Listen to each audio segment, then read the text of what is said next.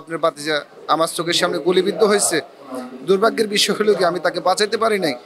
মুহুর্মুহু গুলি আসতেছে, মুহুর্মুহু, কিন্তু আমরা তো ওই সময় বিজয় হয়ে গেছে। আমরা আন্দোলনের সকালে আমরা দেখে যে অংশগ্রহণ করেছি, কিন্তু দেখে যে এই সময়টা আমরা গিয়েছি পুলিশকে বোঝানোর জন্য। পুলিশ হয়তো খবরটা জানে না বিজয়। পুলিশ আমাদের কথা না শুনে আমাদের উপরে এলোপাতাড়ি গুলি করেছে। আপনার বাতিজা আমার চোখের সামনে শহীদ হয়েছে। আমরা এখন কথা বলবো শহীদ রায়হানের চাচার সাথে, এবং তাই সেই চাচার কাছে আমরা জানতে চাইবো উনি আজকের এই প্রদর্শনীতে এসে কি খুঁজছিলেন।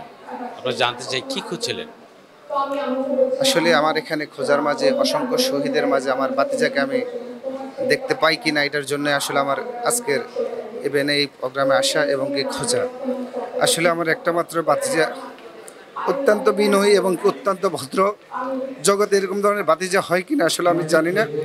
চাচা হিসেবে যতটুকু দেখে যে মূল্যায়ন করার ছিল, যেটা বর্তমান প্রজন্মে নিজের ছেলেও এভাবে করে না, আসলে এভাবেই দেখে যে সে সম্মান করতো। এর মাঝে যখন আন্দোলনের না যাওয়ার জন্য যখন বলেছিলাম, বাবা তুমি আন্দোলনে যেও না, তুমি আমার একটা মাত্র বাতিজা, তোমার বাবা অসুস্থ, তোমার মাঝে ডিপেন্ড করে আমাদের পুরো সংসারটা, তখন বলছে চাচা দিন কায়েমের আন্দোলনে যদি চাচা কাঁদে না মনে তোমার মন, চাচা তুমি, আমি নিজেকে কিভাবে মুসলিম বলে পরিচয় দেব। এ কথা বলেছে আমার চোখের অগোচরে। সে অন্য একটা রোডকে সে ক্রস করে, মানে আমি যে রোডে সবসময় আমি সবসময় যে রোডে মানে আমি থাকি, সে অন্য রুট ক্রস করে সে দেখে যে আন্দোলনে অংশগ্রহণ করেছে। পরবর্তীতে যখন আমি জানতে পারি ভাই আমাকে ফোন দিচ্ছে, রাহানের তো কোনো খোঁজ পাচ্ছি না, ফোন রিসিভ করতেছে না। আমি বলছি আমি কি করব, আমি তো দেখে যে রাস্তায় আমি তো ওরে পাচ্ছি না।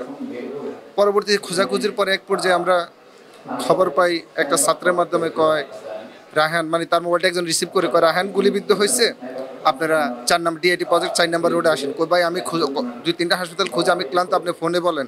কয় না বিষয়টা ক্রিটিক্যাল, আপনি একটু আসেন। যাওয়ার পরে তার মোবাইলটা হাতে দিয়ে বলছে আপনার বাতিজা আমার চোখের সামনে গুলিবিদ্ধ হয়েছে। দুর্ভাগ্যের বিষয় হলো কি আমি তাকে বাঁচাইতে পারি নাই। মুহুর্মুহু গুলি আসতেছে, মুহুর্মুহু, কিন্তু আমরা তো ওই সময় বিজয় হয়ে গেছে। আমরা আন্দোলনের সকালে আমরা দেখে যে অংশগ্রহণ করেছি, কিন্তু দেখে যে এই সময়টা আমরা গিয়েছি পুলিশকে বোঝানোর জন্য। পুলিশ হয়তো খবরটা জানে না বিজয়। পুলিশ আমাদের কথা না শুনে আমাদের উপরে এলোপাতাড়ি গুলি করেছে। আপনার বাতিজা আমার চোখের সামনে শহীদ হয়েছে। তাই আমি বলছি এখন তাকে কি করেছে, তাকে আমরা একটা ভ্যান গাড়িতে উঠে পাশে হাসপাতালে পাঠাইছি। দৌড়ে হাসপাতালে যাওয়ার পরে বলতেছে আমরা এখানে রাখি না, আমরা দেখে যে ওটা সরকারি হাসপাতাল। কোন হাসপাতালে পাঠাইছে তারা বলতে পারে না। পর আমি কুর্মিটোলা মেডিকেল দুজনকে পাঠিয়েছি, পাশে আমাদের এমস হাসপাতাল ছিল ওখানে পাঠিয়েছি। না পাই আমি চলে আসছি ঢাকা মেডিকেল। ঢাকা মেডিকেল এসে এদিক সেদিক খোঁজাখুঁজির পরে বাতিজাকে পাচ্ছি না, অসহায়। এখান থেকে বাইরেও শুনাইতে পারতেছি না, চারিদিক থেকে ফোন আসতেছে। ভাই হলো গিয়ে হাঁপানির রুগী, উনি একটা বাড়িতে দারোয়ানের চাকরি করে। বাতিজাকে ঢাকায় নিয়ে এসে ভাই কিছুটা খরচ দেয়, আমি কিছুটা খরচ দিই, দুজন সমন্বয় করে দেখেছে তাকে পড়ালেখা করে দিই যেন বাতিজাকে মানুষ করতে পারি।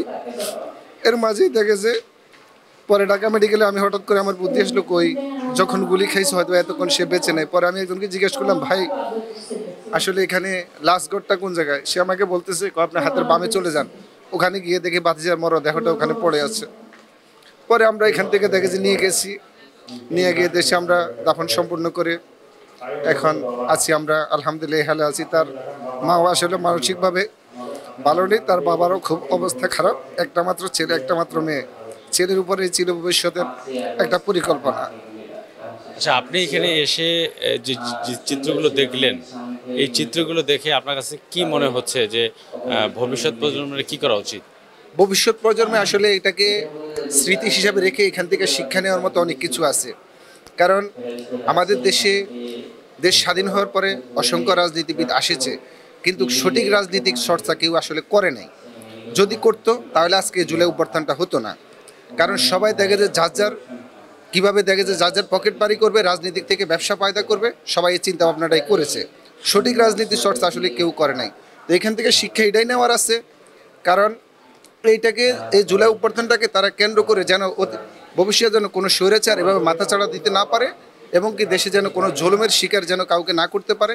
সঠিক যে রাজনীতি, একজন রাজনীতিবিদ যেমন জনগণের খাদেম হয়ে দেশের সেবা করতে পারে, ওরকম ধরনের শিক্ষা নেওয়ার মতো এখান থেকে অনেক কিছু আছে।